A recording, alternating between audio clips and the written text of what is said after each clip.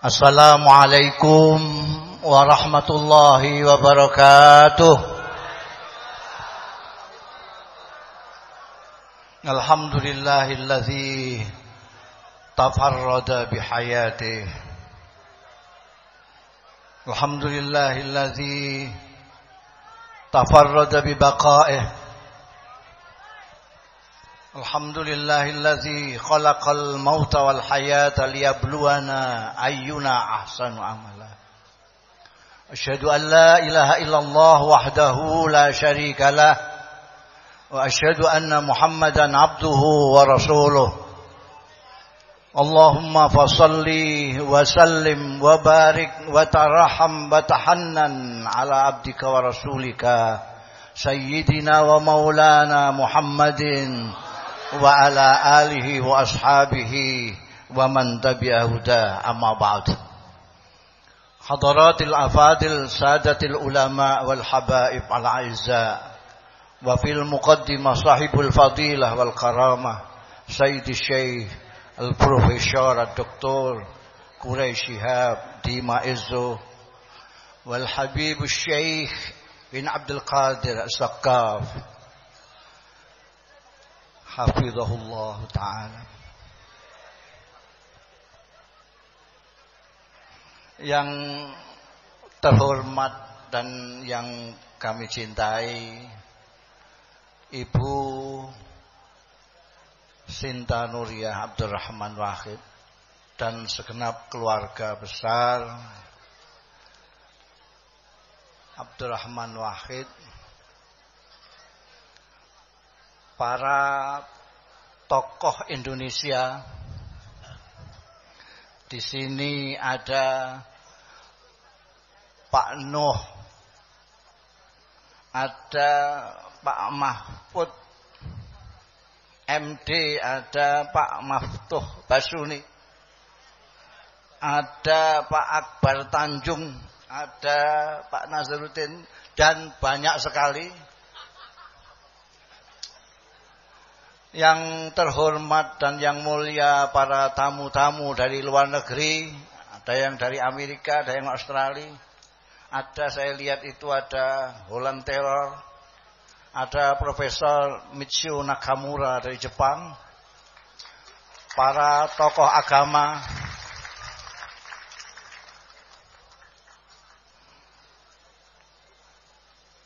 para hadir, terutama santri-santrinya Gus Dur, para Gus Durian yang tercinta.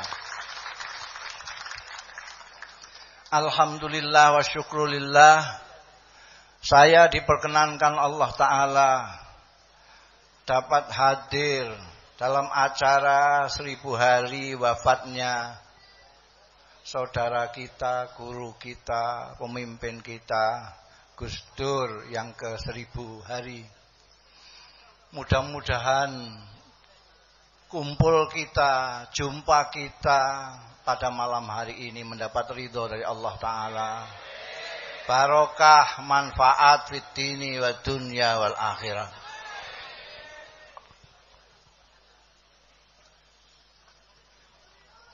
Ini orang kok banyaknya begini, ini orang semua pada yang tidak orang.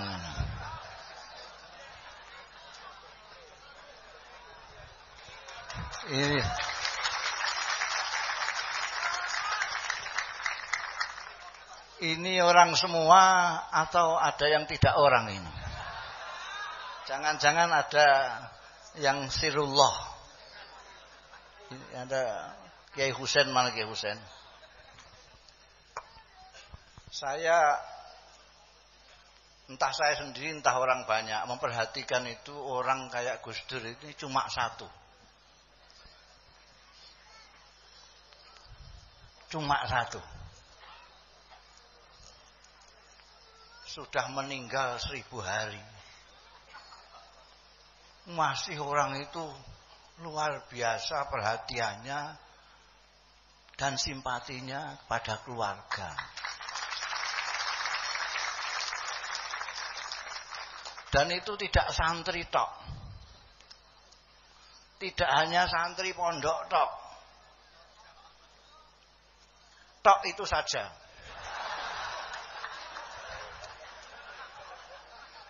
Tidak hanya kalangan kiai, tidak kalangan priai, kalangan intelektual, kalangan apa saja ini baru sekali ini. Manusia satu ini di Indonesia. Kalau ada yang lain siapa coba? Gus Dur, Abdul Rahman Wahid.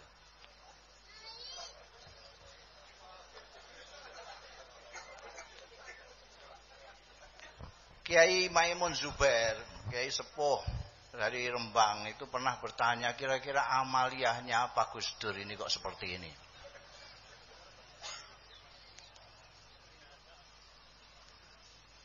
Waktu itu saya spontan menjawab, orang-orang menyintai Gus Dur karena Gus Dur menyintai orang-orang.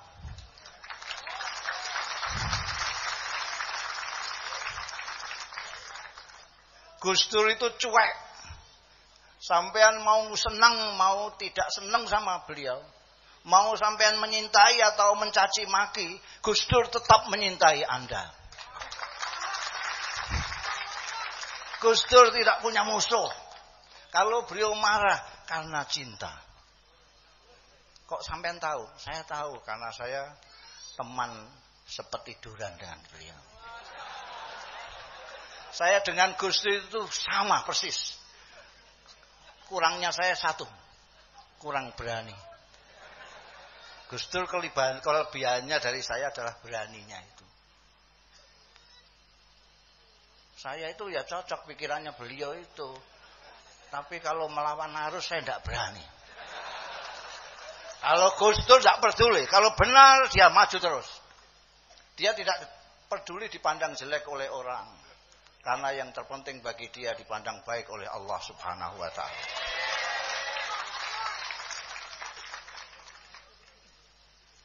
Tapi hari ini saya ingin menceritakan satu dari nasihatnya Gus Dur yang selalu saya ingat dan saya tular-tularkan kepada saudara-saudara saya di mana-mana. Gus Dur itu mengatakan bahwa kita ini Gus, kita ini orang Indonesia. Kita ini orang Indonesia yang beragama Islam. Sampai dengarkan. Kita ini orang Indonesia yang beragama Islam. Bukan orang Islam yang kebetulan ada di Indonesia. Kita bukan turis.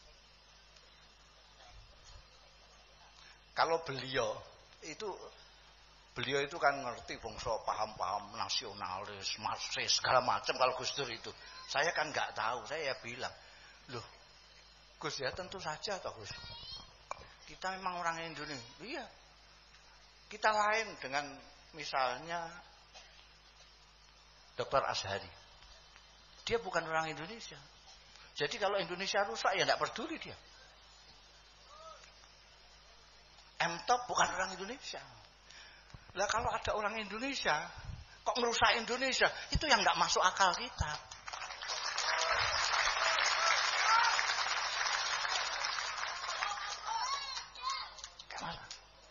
Saya juga bilang sama Gus Dur, saya menyintai Indonesia ini Gus, bukan karena saya paham nasionalisme, karena saya orang pondokan tidak pernah sekolah. Isme-isme itu tidak paham saya. Saya menyintai Indonesia karena Indonesia ini tumpah darahku. Karena Indonesia ini tempat lahirku. Karena Indonesia ini tanah airku. Titik. Jadi kalau sedikit-sedikit kok orang NU, orang pesantren kok diajak ngomong soal kebangsaan itu keliru itu. Loh, ngomong bangsa Indonesia kok diajak ngomong bangsa Indonesia itu gimana? Itu orang-orang asing yang kebetulan di Indonesia itu aja ajak bicara soal kebangsaan. Kalau orang pesantren, orang NU, itu memang dari awal itu merasa bahwa kita ini orang Indonesia. Jadi berpikir keislaman dan keindonesiaan jadi satu.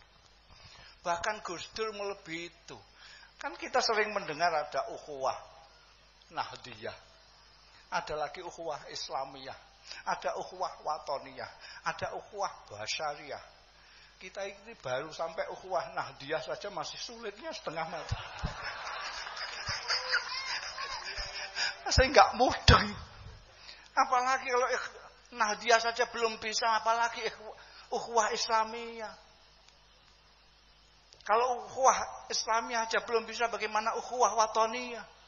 Kalau ukhuwah Watoniyah saja belum bisa, bagaimana ukhuwah Basyariyah? Persaudaraan kemanusiaan. Memang ini tadi kalau seandainya Kiai Haji Profesor Dr. Quraish Shihab ini dia berwenang untuk mengeluarkan sertifikasi kiai.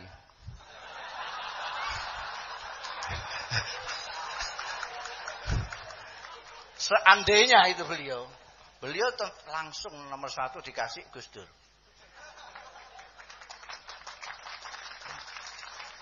Beliau berdasarkan kajian-kajian ilmiah karena beliau memang profesor, doktor di samping Kiai Haji.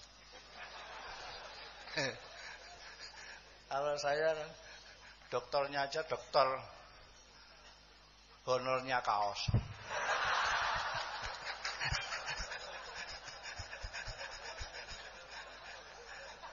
Saya melihat jadi orang itu tidak usah pakai sertifikasi ya Pak Nuh, tidak usah Pak. Dilihat saja rekam jejaknya, ngajinya, belajarnya bagaimana. Kalau 3 bulan lalu ustadz dan kiai, ya sudah tidak usah dikasih sertifikat lah itu. Sekarang ini banyak orang yang keburu terkenal sebagai kiai, keburu terkenal dengan ustadz, sehingga tidak sempat belajar, tidak sempat ngaji karena sudah keburu terkenal. Kalau ini mendingan lah, ini mendingan ini. Nur Muhammad ini mendingan dia. Rekam jejaknya dia mondok pernah, paling tidak diajar kiainya sendiri, ayahnya sendiri kiai besar. Ada orang yang baru kemarin sore belajar pakai terjemahan saja, tiba-tiba konangan orang TV, dibawalah ke kamera terus, wah, dibarengkan dengan Pak Nur Iskandar, sudah sama dengan Pak Nur Iskandar. Makanya saya nggak mau dibareng Nur itu.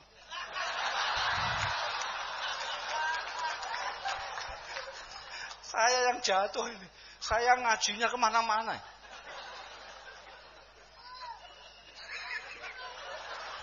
Gus Dur itu pernah ngaji di Denanya, Kiai Bisri Samsuri, ahli fikih. Pernah belajar ke Tambak Beras, Kiai Abdul Wahab Hasbullah dan Kiai Abdul Fattah. Itu ahli usul fikih dan ahli tasawuf. Pernah ke Kiai Ali Maksum. Wah, kiai yang egaliter bahasa Jakartanya. Wah. Pernah ke Sarang, tempatnya Mbah Imam. Mbah Imam Sarang dan Mbah Zubair Sarang. Pernah merguru ke Kiai Khudori Tegalrejo. Ini juga ada tokoh Indonesia lagi. Jadi Gus Dur itu mencerap ilmu dari banyak kiai. Mulai dari kiai nahwu sorob sampai kiai tasawuf. Jadi kalau Anda itu ngajine mau nahwu sorob, orang mudeng karo Gus Dur. Ngajinya pekeh tok, orang mudeng sama Gus Dur.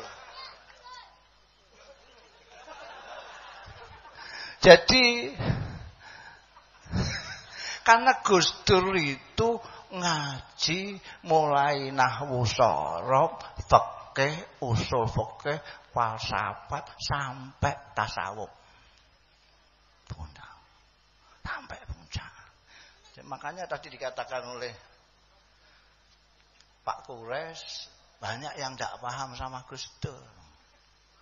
Sekarang ini ada orang Pak Nuh ngaji baru babul ghadab sudah berhenti. Ngaji baru bab ghadab berhenti karena sudah terlanjur populer sebagai kiai dan ustadz. Akhirnya di mana-mana ya marah terus. Yang nggak tahu setelah babul ghadab itu ada bab tawaduk segala macam, nggak tahu dia itu.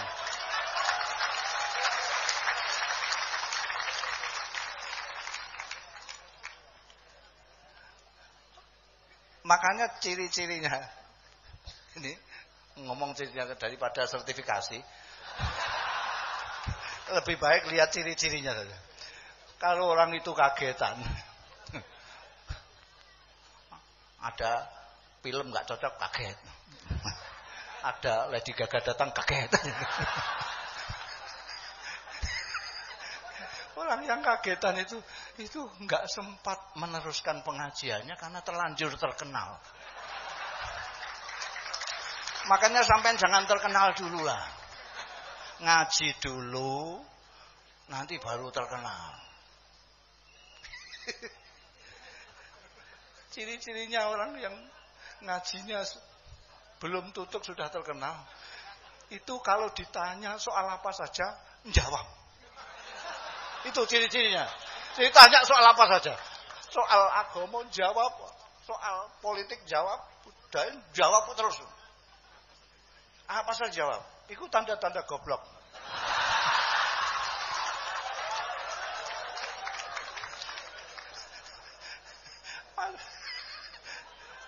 Kalau Gus Dur tidak kagetan sama sekali, enggak kagetan. Ada apa-apa enggak kaget. Enggak ada yang membuat Gus Dur kaget, enggak ada.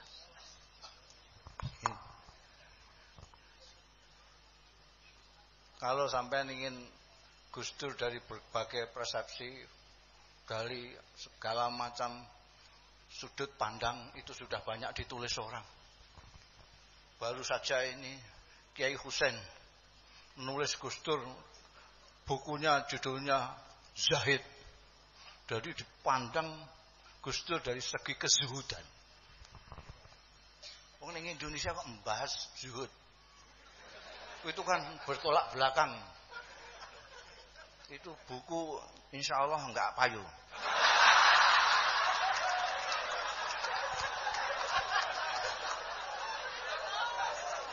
Di Indonesia kok bahas zuhud. Di Indonesia kok bahas zuhud. Indonesia ini sedang senang-senangnya dunia. Sudah punya dunia banyak itu loh, masih ngerampok duit rakyat.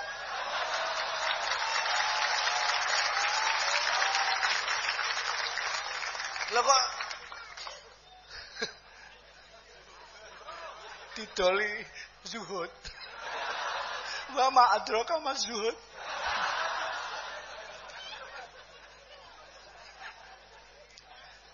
Jadi saya di sini tidak akan menggarisbawahi apa yang ditulis Kiai Husain itu. Soalnya sampean nanti yang enggak kuat. Carilah yang sampean kuat saja dari Gus Dur itu. Jadi ada tulisan tentang Gus Dur sebagai negarawan, ada Gus Dur sebagai manusia, Gus Dur sebagai orang tokoh pluralisme agama. Toh Gus Dur tentang macam-macam lah itu. Itu sampean cari aja yang kira-kira sampean bisa niru mana. Jangan yang zuhud ini.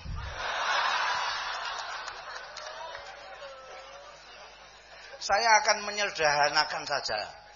Rodok ngedono sithik gitu loh. Jangan zuhud keduren. Wong Gus Dur itu gimana sampean bayangkan ini. Mulai jadi gelandangan. Dulu Gus Dur itu gelandangan di sini. Saya tahu karena saya juga gelandangan. Kalau saya ke Jakarta, mesti ke tempat beliau. Itu masih ngontrak ini. Wah, enggak karu-karuan. Asal ke sini pindah lagi, asal ke sini pindah lagi. Wah, kok kayak kucing aja dong.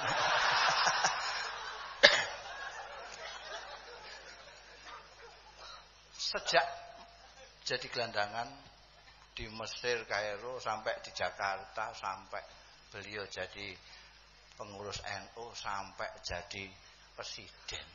Gus Dur itu saya tak konfirmasi sama anak-anaknya ini. Setahu saya Gus Dur nggak punya dompet ya. Betul. Nggak punya dompet. Saya walaupun sudah dipanggil Al Mukarram, saya masih punya dompet 2. Satu untuk rupiah, satu untuk dolar.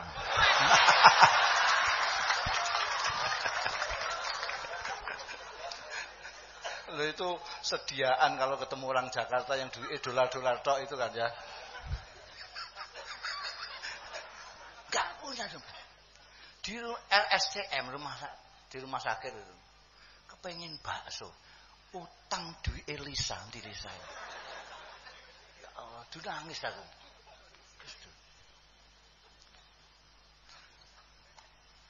Gus Dur itu tidak hanya memberi orang, ngutangi. Kata Habib Syekh itu, ngutangi lebih banyak pahalanya daripada memberi.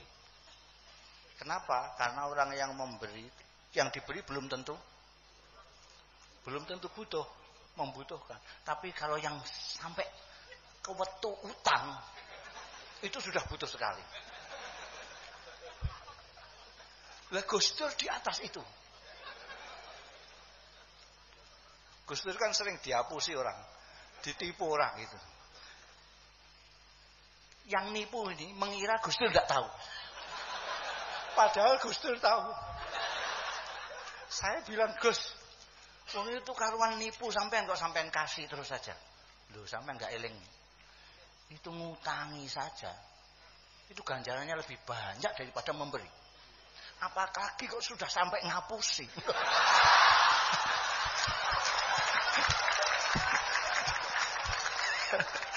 Jadi orang yang sudah ngapusi itu sudah banget butuhnya. Dalam bahasa Arabnya fakir. Orang yang banget butuhnya namanya fakir. Yang kaya sekali namanya ghani. Karena itu Allah Al-Ghaniyul Hamid. Tuhan itu tidak membutuhkan apa-apa, kaya. Yang membutuhkan adalah nahnu fuqara. Kita yang membutuhkan. Lah kita ini membutuhkannya itu macam-macam. Ada yang sampai utang, ada yang sampai nipu. Kalau sudah sampai nipu, itu sudah fakirnya sudah kenemenan itu. Dan apa namanya? Ternyata di Indonesia ini banyak sekali yang fakir seperti itu. Fakir. Jangan-jangan karena kita tidak pernah ndonga minta sugih. Fakir. Itu fakir. Fakir. Gus Dur itu kaya sekali. Enggak punya dompet tapi kaya. Kenapa? Karena enggak butuh. Sampean punya macam-macam tapi masih butuh korupsi, sampean fakir.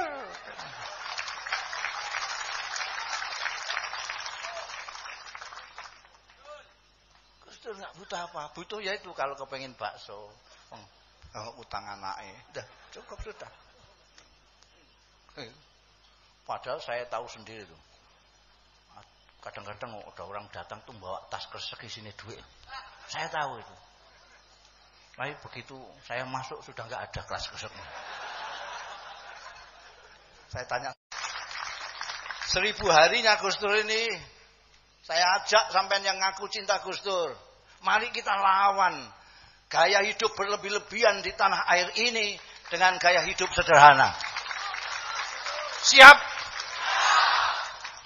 Allah menjadi saksi. Sampai teman. Kalau sampean masih berlebih-lebihan dalam segala hal, sederhana saja. Bahasa Jawanya sakmadyo saja. Sampean pengen makan paling berapa sih yang ingin sampean makan? Paling 1,5 piring. Kalau piringnya besar.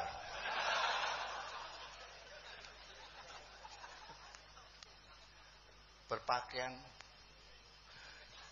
Apa saja mari kita berpikir sederhana, jangan berlebih-lebihan. Termasuk di dalam beragama. Saya ulangi, termasuk di dalam beragama. Di sini ada tokoh-tokoh agama, ada Kiai Maftuh Basuni. Kiai betul itu. Tapi karena lama jadi menteri, jadi enggak ketutupan Kiai ini. Sampai pondoknya enggak payu gara-gara ini. Iya, ditinggal jadi menteri terus. Pada waktu Gus Dur beliau jadi menteri negara, Menseknek. Pada waktu pernah menteri agama, macam-macam lah pokoknya. Ini ada Profesor Dr. Kiai Quraisy Shihab. Ada kiai-kiai banyak. Jadi kalau saya ngomong kok keliru, mereka diam saja. Mereka yang berdosa.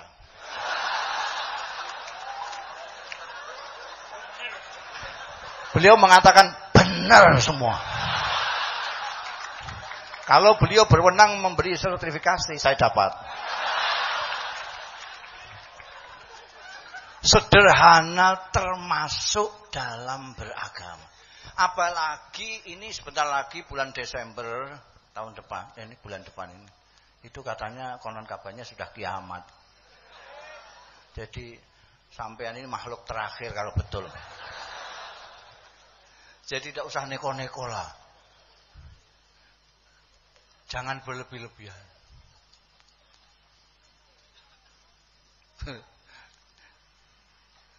Saya itu Pak, pernah ada yang datang ke tempat saya itu minta restu akan membongkar pengimaman. Mihrab mau dibongkar. Minta pangestu. Ada apa kok dibongkar? Ini kabarnya menurut MUI berdasarkan dawuhnya internet.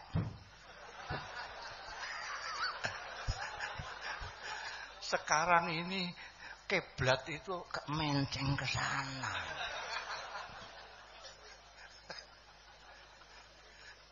Lah sampai ngapain terus mimbarnya apa urusannya? Mihrabnya mau digempur, ya dihadapkan ke sana. Loh kok geblek temen kamu? Loh itu sajadahnya diginikan kan bisa.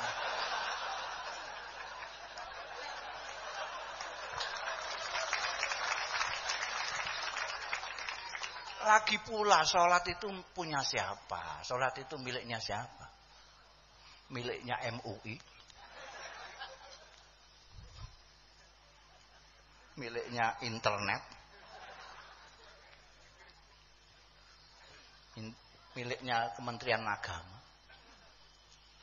Miliknya Gusti Allah. Gusti Allah itu ora kaya dapurmu ngono.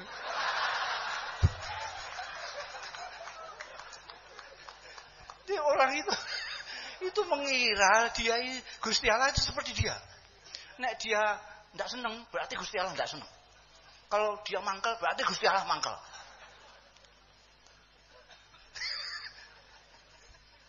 Jadi salat itu miliknya Gusti Allah. Mongina salati wa nusuki wa mahyaya wa mamati lillahi rabbil alamin kok. Bukan milik MUI, bukan milik internet. Ya Gusti Allah. Gusti Allah itu syakur. Syakur itu aku enggak ngerti bahasa Indonesianya. Tapi bahasa agak Jawanya bisa. Moho nrimake. Iya, apa syakur itu apa? Proses. Ya. Kalau saya maha menerima. Jadi mohon nrimake itu tidak seperti kita lah. Kita itu kalau salah sedikit tempeleng, salah sedikit tempeleng. Kalau Gusti Allah enggak, salah sedikit enggak apa-apa, salah sedikit enggak apa-apa gitu. Jadi asal kita tidak berniat melawan Gusti Allah, itu Gusti Allah nampa. Jadi kita sholat madhep sana, apa sana, apa sana, apa sana. Tidak masalah. Yang gegeri kan wong-wong manusia-manusia yang menyangka dia itu wakilnya Gusti Allah itu. Sampai hari raya Senin apa Selasa ributnya gak karuan. Itu hari rayanya siapa? Hari rayanya NU apa Muhammadiyah apa Kementerian Agama? Itu hari rayanya Gusti Allah. Kamu mau hari raya sampai sekarang juga boleh. Gak apa urusan itu bagaimana kok gegeran itu? Loh ini soalnya kalau sekarang hari raya, ini yang besok yang hari raya itu bagaimana ini? Puasanya bagaimana? Loh ini puasanya siapa? Puasanya siapa? Puasanya NU apa puasanya Muhammadiyah apa puasanya pemerintah? Puasanya Gusti Allah. Gusti Allah ndak urusan gitu-gitu itu. Angger kowe gelem puasa wis lumayan wong Indonesia. Orang Indonesia itu mestinya kiblatnya di Borobudur. Lah kok ke Mekah kan sudah luwung. Ini kok pertentangan itu ngapain? Berlebih-lebihan itu ngapain? Jangan berlebih-lebihan. Masya Allah. Itu membuat orang pinter ketawa. Untungnya kok enggak banyak yang pinter ya. Ini enggak banyak yang ketawa. La ilaha illallah. Itu sampai puasa kok warung-warung suruh nutup itu. Berlebih-lebihan itu. Katanya untuk menghormat bulan Ramadan. Sejak kapan bulan Ramadan minta dihormati itu? Wong dari dulu sudah terhormat.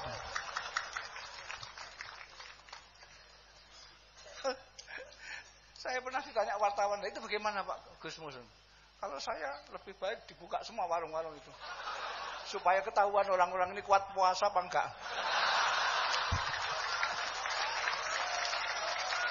Lah kalau warung ditutupi semua mesti saja kuat saya, enggak ada yang ngiming-ngimingi.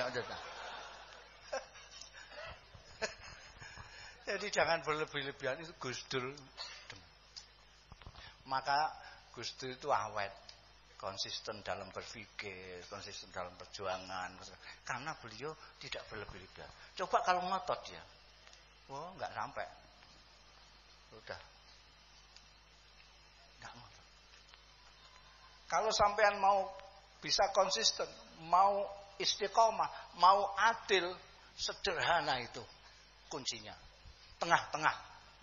Jangan berlebih-lebihan. Nanti Anda melihat manusia jadi manusia. Melihat orang jadi orang.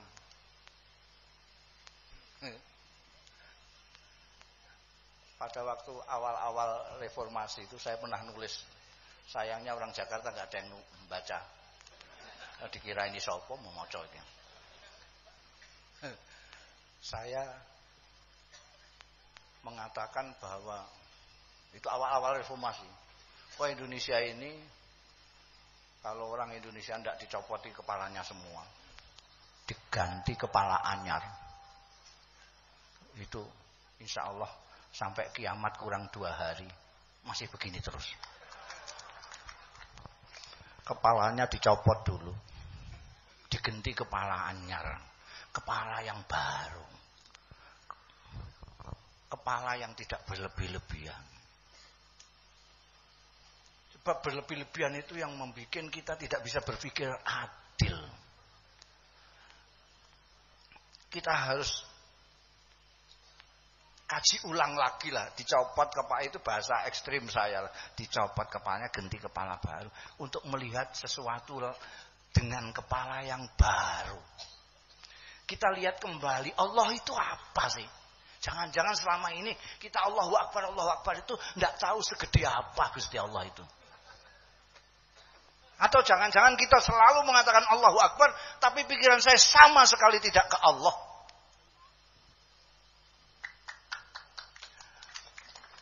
Mari kita, kepala kita ganti dan kita pikir lagi. Gusti Allah itu siapa? Kok sampai ada yang mau membela nih Gusti Allah mati-matian seperti itu? Apa Gusti Allah itu sangat lemah begitu? Gusti Allah itu loyo gitu kok kamu mau membela nih. Menyitas kamu saja.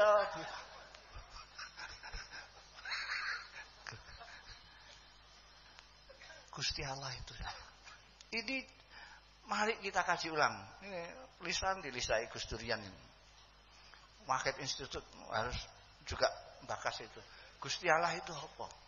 Gusti Allah itu siapa? Itu dikaji, dibakas. Siapa?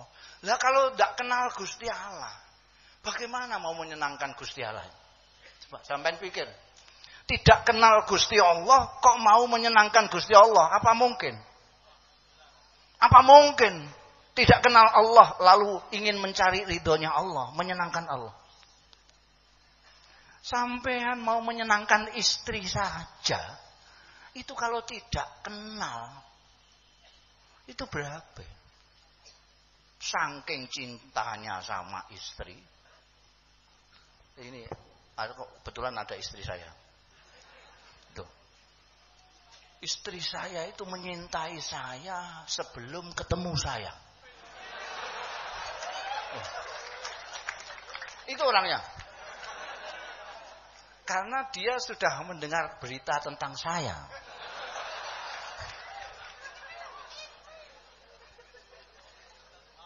Begitu saya surati, tambah kelepek-kelepek. Saksinya ini kakaknya. Karena dia cinta dengan saya, tapi belum sampai hanya surat-suratan tok lah, zaman kuno itu. Tidak sampai boncengan kayak zaman sekarang. Hanya surat-suratan, saya di Mesir, dia di Jogja. Surat-suratan. Tapi dia sudah membaca tulisan saya dalam surat itu. Sudah. Karena cintanya pada saya, jadi ketika omah-omah itu apa bahasa Indonesia ini omah-omah? Hah?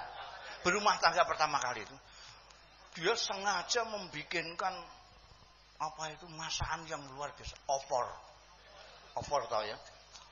Opor, padahal yang makan cuma saya dengan dia. Itu kelapanya sampai 2. Dan bayangkan itu, buketnya kayak apa? Ayam kampung, kelapanya 2 dimasak opor. Saya cuma ngicipi 1 sendok, sudah selesai. Nangis dia. Nangis wadul mertuanya. Mertuanya ibu saya, mertuanya itu. Oh ini, saya masakkan opor. Kelapanya 2, Bu. Saya parut sendiri. Sampai tangan saya nedas semuanya.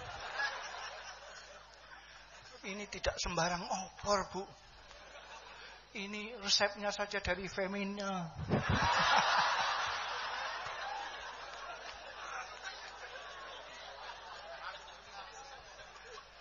Lah ibu saya diwaduli gitu ketawa lah. Kamu ini tidak tanya-tanya dulu.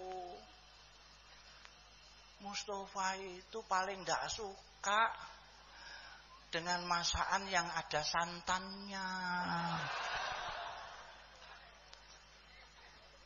Kalau kamu sambelkan jeruk gitu saja 1 wakul entek. Dicoba dia sambelno jeruk. Ternyata betul saya makannya banyak. Itu ngantek sekarang itu masakan itu sambel jeruk tok.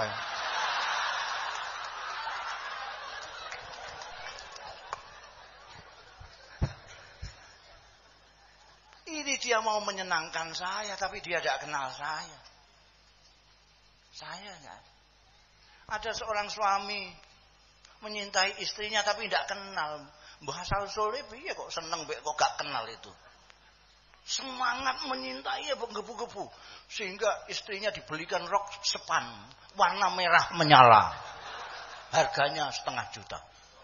Wah, ini istriku mesti seneng sekali. Saya belikan rok sepan. Warna merah menyala. Oleh istrinya dibuat ngelapin sepeda. Gara-gara dia asal cinta semangat toh. Demikian pula sampean jadi orang Islam jangan kok semangat menyintai Gusti Allah toh. Kenallah Gusti Allah itu. Sehingga sampean kepengin disenengi malah tempiling malaikat dan payah. Kalau nggak ngerti tanda-tandanya, apa yang disukai Gusti Allah karena nggak ngaji, ya sudah anteng dulu saja, ngaji dulu. Jadi kembali lagi kalau ingin kenal Gusti Allah, ya ngaji. Ngaji tentang Gusti Allah Ta'ala dulu. Jangan semangat tok. Sekarang ini ternyata wong agama kok dibuat ngerusak itu kan ya aneh bin ajaib itu. Wong Gusti Allah itu Ar-Rahman, Ar-Rahim, Al-Latif. Lah kok ngerusakan itu piye? Ada lagi ini kancane ini. Gusti Allah diajak kampanye. Lho, itu kebangetan tenan lho itu.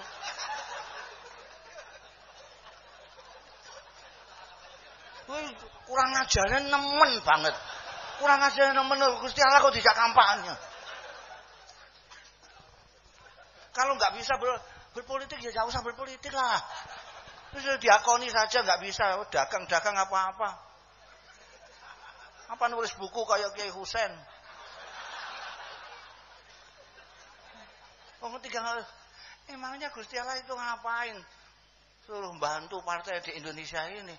Di Amerika ya ada partai.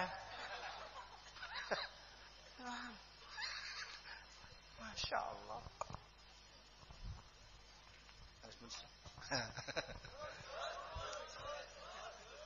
Ini nanti selawatan lagi, jangan.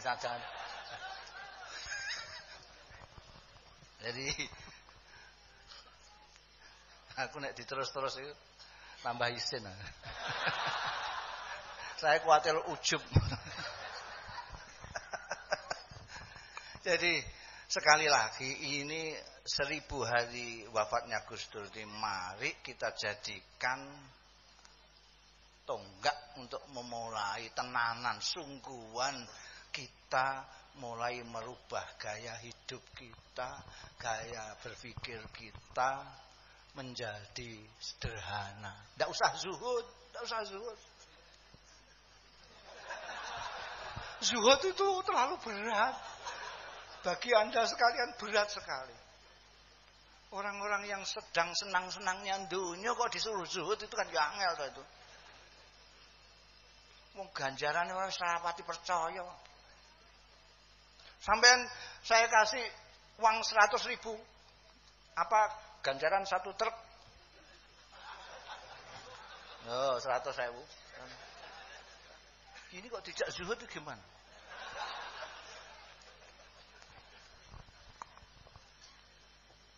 Ya itu yang saya katakan, saya itu kalah dengan Gus Dur, kalah berani. Karena Gus Dur berani hidup zuhud di tengah-tengah orang yang berlebih-lebihan. Beliau berani jujur di tengah ketidakjujuran. Beliau berani membelani orang yang lemah. Sementara orang yang gagah-gagah tidak berani. Gus Dur sendirian. Karena sendirian Gusti Allah sayang, biar sama ikut aku aja. Dipanggil lah ke hadiratnya. Nah, kita ini sekarang yang cari gantinya. Ini di sini ada tokoh-tokoh agama banyak sekali. Datang ya gak mudeng, aku pidato ya ndekne ra mudeng apa meneh selawatane Habib Lutfi. Tambah ra mudeng. Tapi itu maknanya mereka menghormati Gus Dur. Mereka merasa selama ini dibelani Gus Dur. Sekarang sampean yang ngaku Gus Durian, berani enggak sampean meneruskan perjuangannya Gus Dur? Membelani mereka-mereka yang lemah. Berani sampean? Jangan ngomong berani tapi pakai otak dan hati, pakai ngilmu. Jangan berani-berani tok engko terus ngerusak. Kalau berani ngerusak itu aku iso. Nusron ae iso.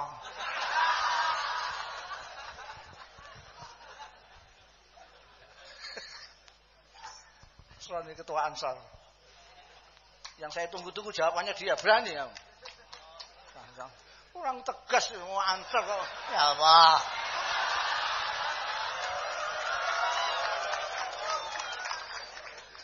Mereka itu sangat menyesali kepergian Gus Dur. Bukan kepergian, kepulangan Gus Dur. Gus Dur tidak pergi, Gus Dur pulang bentar. Mereka ini merasa tidak ada yang belain sekarang ini. Dulu Gus Dur yang di depan itu. Dicaci maki Gus Dur. Kita guyu-guyu. Hidup Gus Dur, hidup Gus Dur. Enggak ada Gus Dur enggak berani. Kere.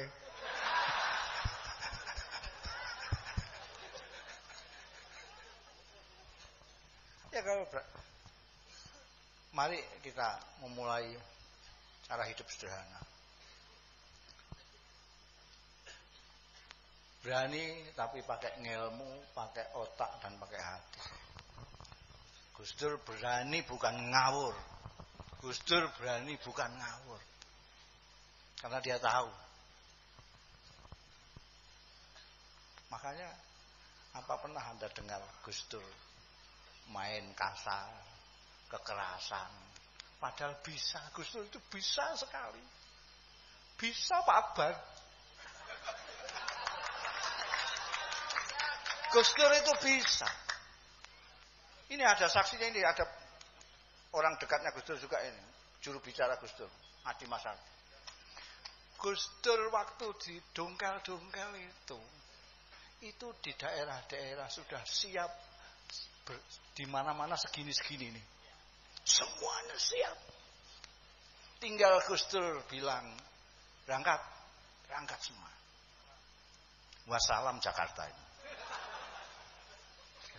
Wong FPI itu hanya berapa orang gitu saja sudah banyak yang rusak. Apalagi itu Ansor dikerahkan Gus Dur. Wassalam. Tapi Gus Dur itu dengan kebesaran jiwanya. Apa? Kenapa? Karena dari awal beliau menyintai Indonesia. Kalau dia bilang berangkat itu merusak Indonesia. Itu tadi lagi. Intinya Gus Dur itu menyintai Indonesia. Kalau Anda menyintai Gus Dur dan tidak menyintai Indonesia, go to hell. Wow. Soalnya ada orang barat, jadi ada supaya tahulah ada go to hell. Ada tahu saya ya go to hell tok itu. Cintai Indonesia. Sekarang ini sudah mulai orang itu bicara seolah-olah bukan orang Indonesia, seolah-olah bukan tidak minum air Indonesia, seolah-olah tidak lahir di Indonesia, tidak mati dan mau ditanam di Indonesia. Mau merusak Indonesia. Ini yang muda-muda Ansor, dengarkan saya, jangan ngomong sendiri. Itu jaga Indonesia ini. Kalau mau mengatakan cinta ke Gus Dur, jaga ini. Kalau tidak karena mikir Indonesia, sudah wassalam waktu itu. Iya enggak, Sarsi? Iya enggak? Iya, dia enggak. Saksi-saksi banyak. Saya juga saksi mata. Ya, cintai Indonesia, cintai manusia. Dan ini bukan pikiran Gus Dur tok, kenapa harus menyintai manusia, memuliakan manusia betapapun bentuknya. Kalau lihat bentuknya saya kan tidak bisa menyintai Nusron itu. Wong bentuknya kayak begitu.